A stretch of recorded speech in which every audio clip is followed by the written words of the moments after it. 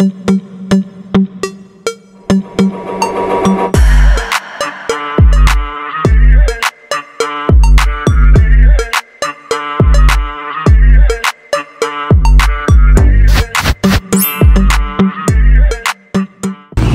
kami sa bahay namin, Char. Chiller, so ngayon lang ako nakakita ng ganito sa personal na nakalagay pa sa dahon. Alokon ang tawag dito. Alokon. Yan. Sa probinsya kasi, sa iba, babao. Babao. Sa Bicol, hindi namin pinapansin yung ganyan kasi wala, parang wala sa Bicol niyan. Meron ba niyan sa Bicol? Hindi namin alam. Na ano, ginugulay pa. Akala ko yung dahon ng bayabas. Ah, okay. Ano pala to? Ano siya? Kasama din yung kaunting dahon. Nakala ko yung laman lang ang kukunin. Talbos. Oo, kinukuha dyan. Oo. Ay, yung bunga. Oo. Wasari. Parang ano no? Parang higad. Nakakakain naman ako nun pero hindi ko sa ano. Sa ano?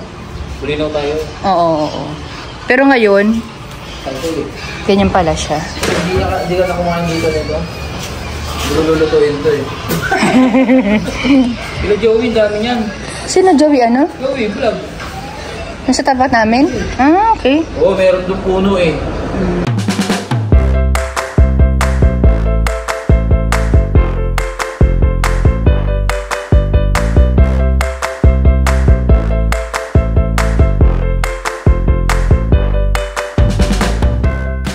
At pagdating nga po ng gabi ay dito na po ako nag-decide na i-house tour kayo. Ganito nga ang outcome ng kanilang living room. Bale, ito nga po yung pinakang front ng bahay nila. At sinadya ko nga po talaga na gabi na mag-house tour dito para makita nyo kung ano itsura dito sa labas. At umuulan pa nga ng mga oras na yan. At pagdating naman po dito sa loob ay ayan naman po ang naging outcome. At hindi nga namin na-i-funnel pa talaga ng sobra-sobra yung mga kanya-kanyang pwesto ng mga furnitures dahil naglilinis pa rin po kami ng mga oras na yan. Kaya lang po ay gabing-gabi na yan kaya pinilit ko na rin talagang kumuha ng clip. At bale ako na rin nga po ang nag-decide halos ng mga shades ng cover na ginamit po namin dito. Dahil bago po namin ginawa lahat yan ay nag-ocular muna po kami dito kahit malayo po itong Isabela. At dahil nga po chocolate brown ang kulay ng wall panel po nila, kaya nag-decide po ako na beige naman po ang gagamitin na color para sa kanilang couch. Napakalaki ng pinagbago ng kanilang living room. Napaka-elegant. Alam nyo ba yung feeling na parang nakakahiyang pumasok sa loob ng bahay? And shout out po kay Tita Rose and kay Tito na maglagay po kayo ng carpet dito po sa gitna ng couch ninyo. Medium gray to light gray po ang babagay dito. At po mga blinds, gray din po yung ginamit namin dyan. At ito nga po pala yung mga nakaraan na papanood niyo sa mga vlog ko. Rainstone table set po yung tawag namin dito. At ako na rin po ang nag-design yan. At akmang-akma naman talaga yung napili rin din ni Tita na design po ng upuan para dito. Sabi ko po kasi kay client, hindi naman babagay na sobrang bulky po dito yung gagamitin namin na dining chair. Mas maganda kung ganitong design lang dahil naka-top tab naman po yung mga sofa niya. At sa mga nagpapagawa po pala ng bahay, pwede nyo pong gayahin yung ganitong design ng kanilang toilet dito sa baba. Hindi nyo talagang papansin o mahalata na comfort room yung nandito sa ilalim ng hagdanan. Napakagandang idea dahil napakalinis tingnan at double door nga po pala yan. Sa pagpapagawa sa bahay, maganda talaga yung walang nasasayang na space, lalo na nga ang ilalim ng hagdanan. Marami na rin po ako mga vlog na ganito na nasa ilalim ng hagdanan ay ginagawa nilang storage, san nga may minibar pa. At pagdating naman dito sa second floor ay i-hold ko muna dahil hindi ko pa pala napapakita sa inyo yung kanilang receiving area bago po kayo makapunta sa pinakang living room po nila. Ayan, pasensya na nga lang po kayo dahil may mga kalat-kalat pa. Bali, may fixed na upuan nga po pala dito. Lagyan namin ng foam para naman hindi matigas yung upuan. And yung mga throw pillows niyan,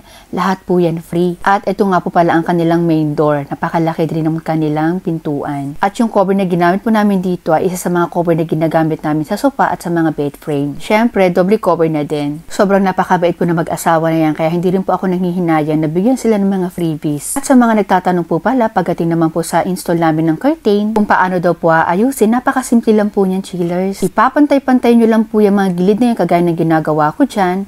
Yun na po, tapos na. Dalasan naman po ng ganyan, hindi nila isinasara. Lagi lang po siya naka-open. Ilan nga po nag-comment na baka parang hindi daw po pantay yung ginawa namin sa tanawan. Dahil lang po doon sa masyado lang po mahigpit yung tight o yung pagkakatali. At pagdating naman po dito sa second floor, ayan, akit tayo. Ay may mga ginawa rin po kami ditong mga couch. At dark gray naman po yung ginamit namin dito. Siya nga pala, lahat nga po pala ng mga couch nila dito or furniture sa ginawa namin ay gawa po lahat sa letter. And paki-screenshot na lang po chillers kung nagustuhan nyo yung ganitong set. At ang size po niyan ay dumedepende po sa paglalagyan. Hindi po kami talaga basta gumagawa ng mga sofa. Kasi ang gusto ko po ay yung aakma sa paglalagyan. Kahit po maliit po ang bahay ninyo, pwede po namin gawa ng paraan yan. At itong dalawang coffee table na to, binigay ko lang po yan kay Tita Rose. Marami nga po akong binigay dito na hindi po niya alam. Pero si Tito, alam na niya. Ganyan ang ugali ko, chillers. Kung sobra yung pagtanggap niyo sa amin, sobrang asikaso, halos gusto kong hikitan yan. At yung maliliit na stool na yan, lahat po yan ay free. Diyos ko naman, sa dami ba naman ng order sa akin? Manghihinayang ba ako magbigay ng mga freebies? Napakalayo ni Isabela, pero sa amin pa sila umorder, diba? At ito naman yung kanilang live edge na lamesa. Shoutout po sa mga nagtatanong po ng lamesa sa amin. Ito po yung live edge.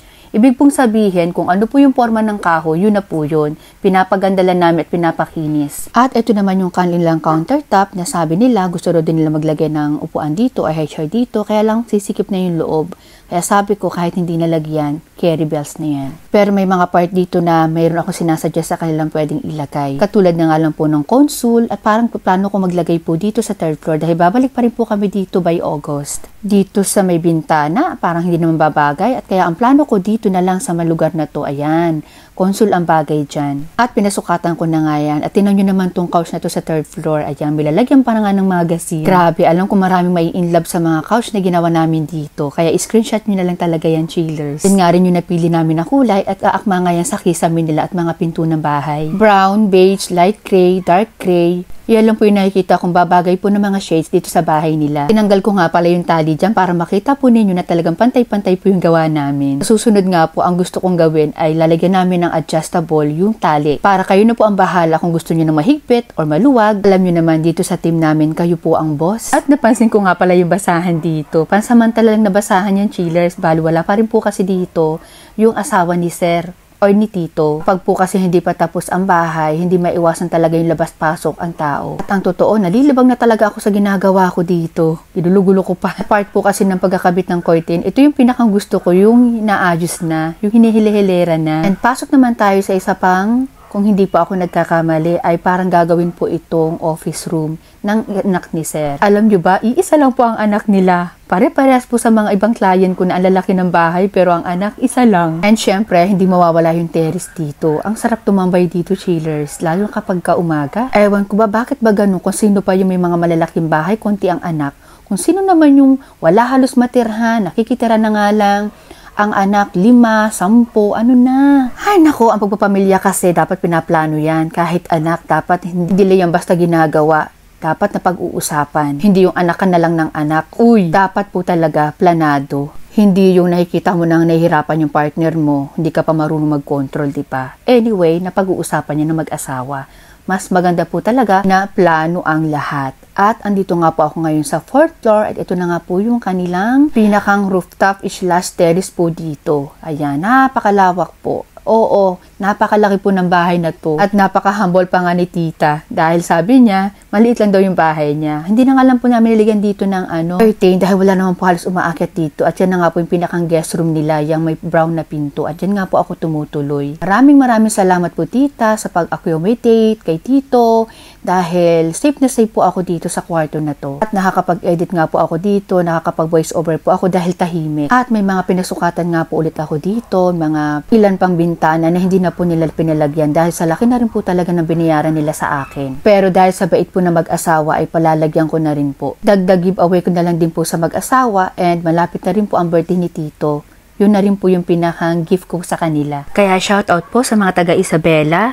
Bali by August po ay nasa Cordon, Isabela po ulit ako at dito nga po yun. Kung madadaanan po kayo papunta po dito ay pwede po kayo sumabay sa mga order sa Ocular para kahit paano po ay makalis po kayo sa shipping fee or sa Ocular charge. Shoutout din po kay Madam Sipagan. Isa rin po sa mga daming na-order na rin po sa akin at nakadalawang balik na nga po kami sa kanilang house. Bukas ko na lang po ipapakita ulit sa inyo yung sa mga rooms naman dahil tulog na rin po yung may-ari ng bahay. Nakakahiya naman po nagisingin ko pa sila para lang ako ay makapag-shoot. At ito nga po yung isa pa sa mga lalagyan po ng Blyce na libre na lang, hindi ko na pababayaran. At katatapos nga lang po mag-inuman din ng mga boys. At ito ang epekto ng alak. Tingnan nyo naman to si Denden. Parang naasin na nahito. Thank you so much po pala sa mga long sleeve sleeve na ibinigay sa amin ni Tito kanina. Ayan, lahat po kami mayroon yan. Kalimutan ko na nga lang na isuot namin sabay-sabay para makunan kami ng clip. Dahil maghahating gabi na nga niyan, bibiyahe pa kami bukas. Ay ayan, ligpit-ligpit na rin ang mga boys. Ayan, may naguhugas. At sa mga taga Bicol nga po pala, sa mga gusto po sa magpa-ocular,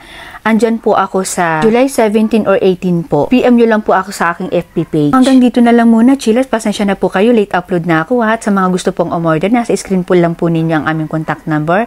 At sa price naman po, pakibasa na lang dito sa amin. Mura pero hindi basura. Bye!